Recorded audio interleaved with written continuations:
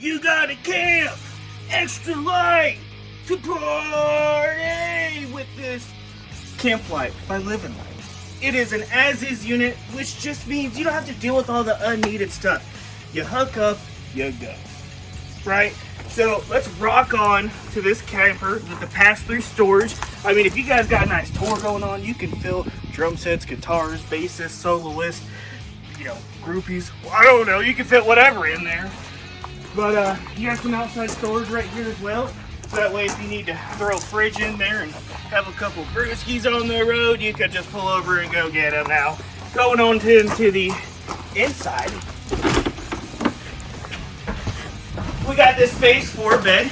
You just got to bring your own mattress, just like you got to bring your own money to pay for this. Floor's a little squishy, but hey, so is the road life.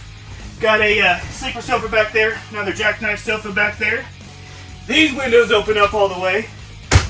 Nice kitchen space. Those are solid surface too. So, lay something hot on there if you're cooking. Like this next album we're cooking up, dude. You get a bathroom. So, I don't know what you're waiting on with all this storage, but you gotta come get this now, dude.